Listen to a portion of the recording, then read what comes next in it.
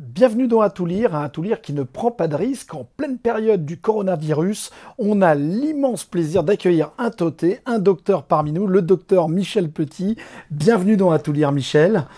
Et Merci, pour bienvenue. nous parler en plus d'un livre, alors c'est pas le dernier livre de tes, en tout cas qui vient de sortir, c'est ton livre juste avant, avec un titre qui s'appelle Toté Féti. Tout est fétille. Voilà, un petit mot sur ce livre. Pourquoi on écrit quand on est médecin, on écrit un livre, finalement, on sort pas du travail, finalement, on continue à écrire des choses sur son métier. Alors d'abord, je suis médecin, comme tu le sais, et un médecin n'écrit pas. Ou il écrit des ordonnances, donc pendant 8, 10, 12 ans d'études, on apprend à mal écrire. Oui, alors je te remercie parce que c'est vrai que souvent, le client, enfin le particulier, ne comprend jamais l'écriture de son médecin. Voilà, on apprend mal à écrire, mais quand j'étais gamin, à l'école, j'aimais bien écrire. Et à la fac, je passais mes nuits à recopier mes cours. Ce qui m'a permis de... Les patients me disent, docteur, vous écrivez pas trop mal pour un docteur. Et puis, quand on est médecin, on n'a pas le temps d'écrire, on travaille 10, 12 heures par jour. La nuit, on révise un petit peu la médecine, les données actuelles, et on n'a pas le temps d'écrire. Et puis, c'est ma grand-mère qui m'a donné envie d'écrire. Quand à la fin de sa vie, elle m'a raconté une vie extraordinaire, qui a été mon premier livre. Et là, j'ai eu envie d'écrire son histoire, puisqu'elle ne savait pas écrire. Et je me suis aperçu que j'aimais écrire. J'ai mis beaucoup de temps à faire ce livre. Et donc le deuxième livre, celui-là, s'appelle Taoté Féti. Féti, ça veut dire médecin de famille, raconte l'histoire de nos patients.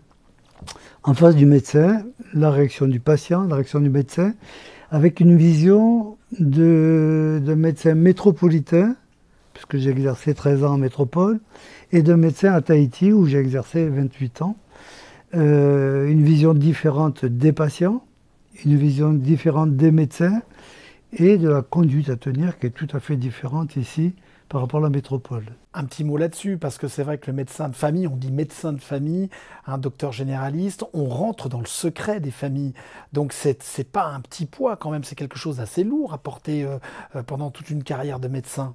Et c'est pour ça que c'est très difficile d'écrire ce genre de livre. Là, j'ai commencé un nouveau livre qui est un roman, qui est très facile à écrire parce que c'est du rêve. Là, il faut parler de gens qui existent. Il ne faut pas trahir le secret professionnel.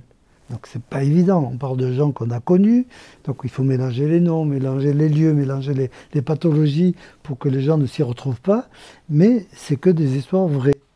Avec aussi une culture différente, parce que on a un Michel Petit Popard qui rentre dans cette culture polynésienne. Il y a combien de temps que tu es en Polynésie, Ça Michel? fait 28 ans que je suis à Tahiti. Je suis venu pour 4 ans. Et en fait, je suis jamais reparti. Et je crois que ce qui m'a tenu, c'est justement ce contact avec les patients qui est extraordinaire. Nous, médecins, moi j'aime bien voyager, mais en médecine, tu vis avec les gens. Tu es en contact avec les gens qui se confient à toi, qui te confient leur famille, leurs enfants, leurs parents. Donc c'est une responsabilité et en même temps c'est un bonheur parce que quand on te fait confiance et que les gens t'écoutent, c'est un bonheur.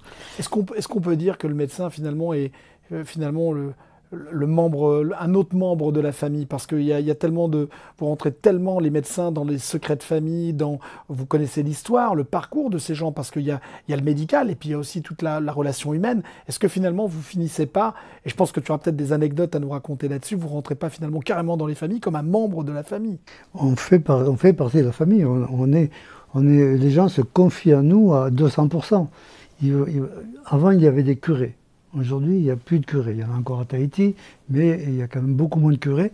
Et les gens, en fait, viennent raconter leurs soucis personnels, leurs soucis intimes, aux médecins. Ils viennent se confesser aux médecins. Et ils vont nous raconter des choses qu'ils ne raconteront jamais à personne d'autre. Est-ce qu'il y a un moment où on est quand même obligé, professionnellement parlant, ça paraît compliqué, mais de mettre quand même une distance ou de se protéger un petit peu? C'est ce qu'on apprend en médecine. On apprend à ne pas s'impliquer, à ne pas non plus, parce qu'on a des cas très difficiles, des cancers dramatiques, des maladies impressionnantes, et on ne peut pas s'impliquer dedans. Donc on est obligé de garder une distance, de garder justement le regard du médecin. Si on est trop affectif, on ne peut pas soigner. Ça, c'est important parce qu'à force de se durcir, finalement, est-ce qu'on perd pas un petit peu son côté sensible?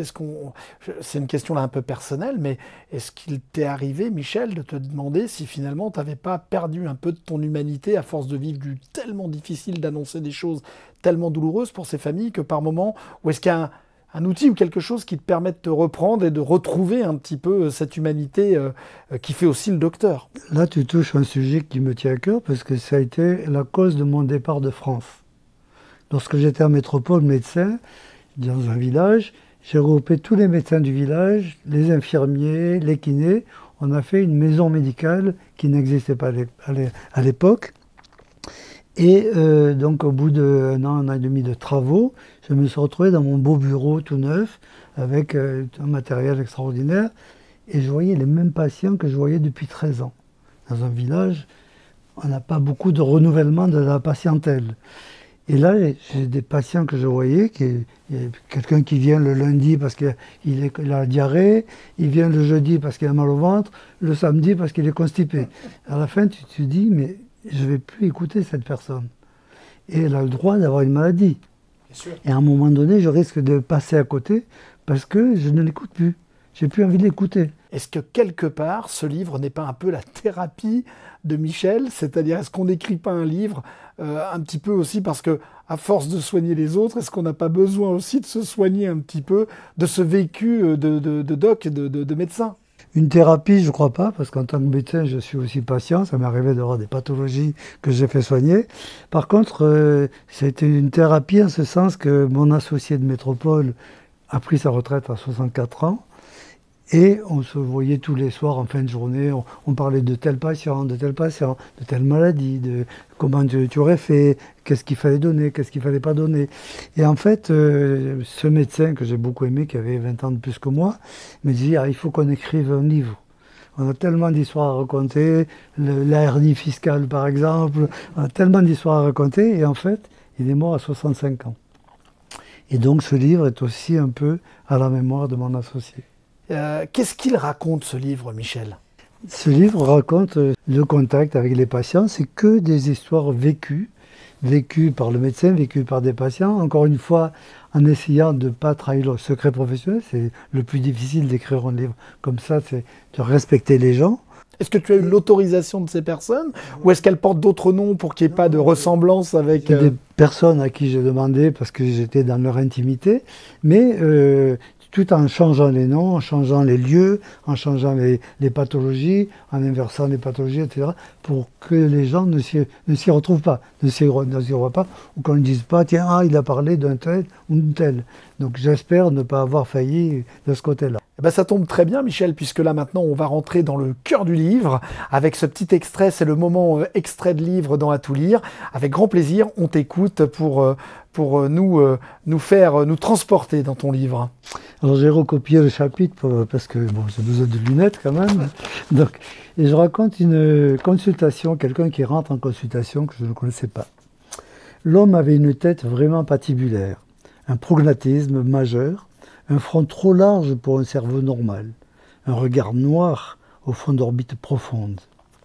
Lorsque ses yeux fixèrent ceux du médecin, une agressivité fusa comme un rayon laser.